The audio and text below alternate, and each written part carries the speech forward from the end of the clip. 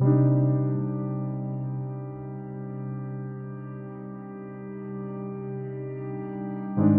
sound of our steps, combined with that of the occasional nocturnal animal, is the only thing we can hear. It's terribly dark in this place.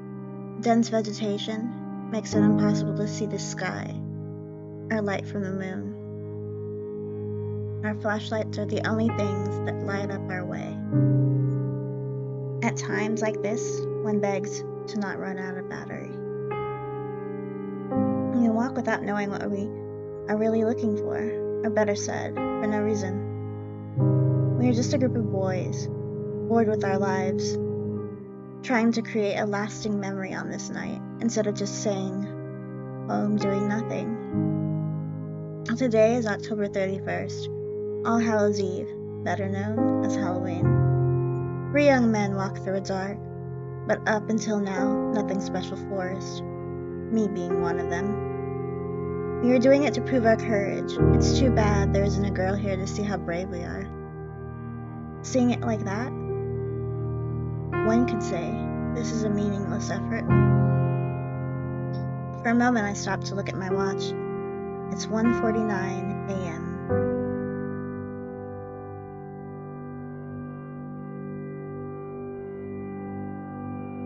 That means we have been walking aimlessly for more than 2 hours now.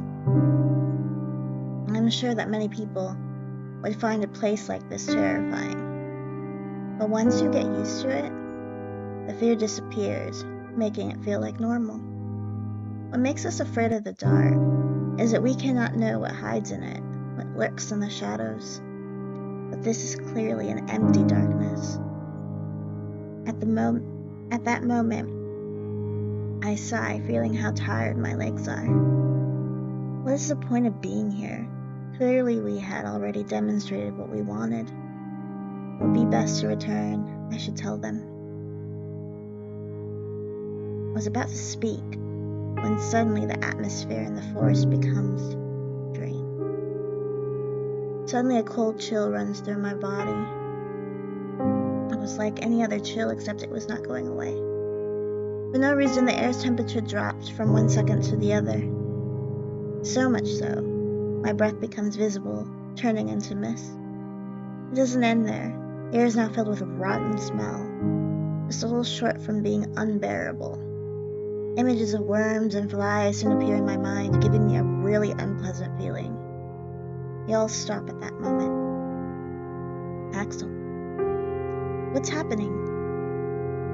I ask, confused, while turning to look at my friends.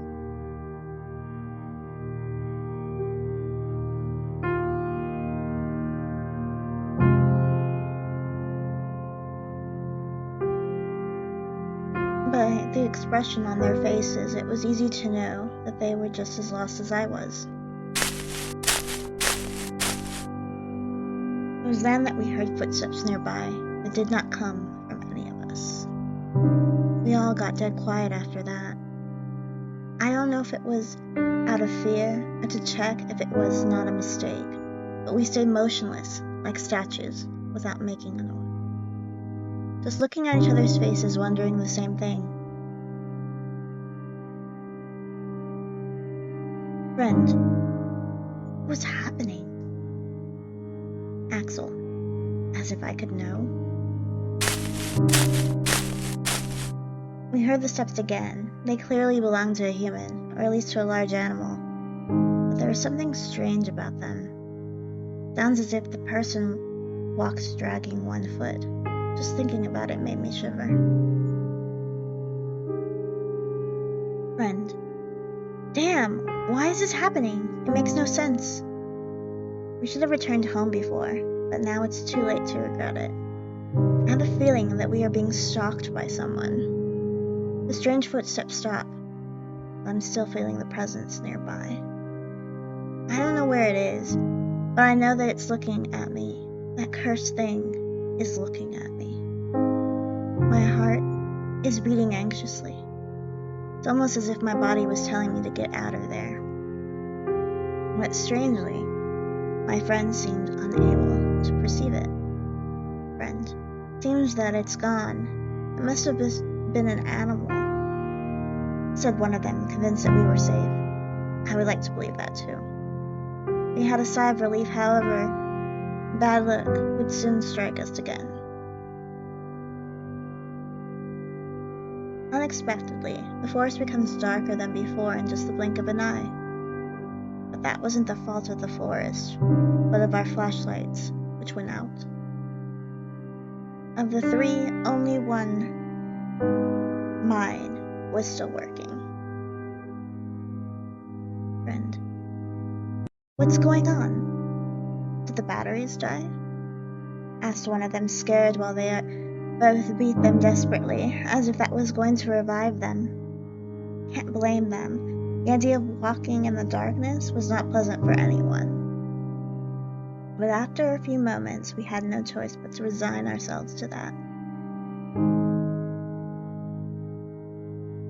Once more, the sound of our footsteps is heard. The silence is different now. We are not quiet because we have nothing to say, but because we are afraid. We continue walking despite the fear that invades us. Visibility is almost zero, but we have no choice. In theory, we are walking back, looking for the exit. I cannot remember anything of this forest. We could be walking in circles and I would never notice it until it's too late. I hate the thought of it. I just want to get out of the... Suddenly my thoughts are silent. I hear the footsteps of someone or something. Once more, the three of us become statues, awaiting the presence to go.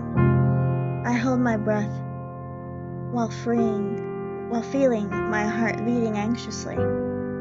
Axel, Dan, get away from here and leave us alone. Unexpectedly, the steps are heard closer. This time, they do not disappear, but rather come at us. Can't stand it. Desperately, I move my flashlight everywhere, looking for the author of those footsteps, hoping for the light to reveal their identity and erase our fears. Axel, nothing. Is that all there is around here? Just empty air? My anxiety grows with each failed attempt. I refuse to believe that it was a ghost. Suddenly, when I move the flashlight again, I see a silhouette. I could not distinguish what it was, but for a moment, the light revealed something. Quickly, I point to the same place, only to discover it was gone. I held my breath anxiously. It was not an illusion. I am sure that I saw something. It was then that I hear something nearby. Without even thinking, I aim the light towards that place. What I found leaves us paralyzed with an expression of disbelief on our faces. It was a white cat with eyes of an intense red, which stands before us. Her look is not the friendliest, to say something. Somehow I get the feeling it's a female cat. Suddenly she lets out a thunderous meow that leaves us terrified. It sounded more like a lion roaring than a simple cat. The echo of her meow is heard throughout the forest, making it sound more sinister than it should be. It was then that suddenly an inexplicable force hits us three.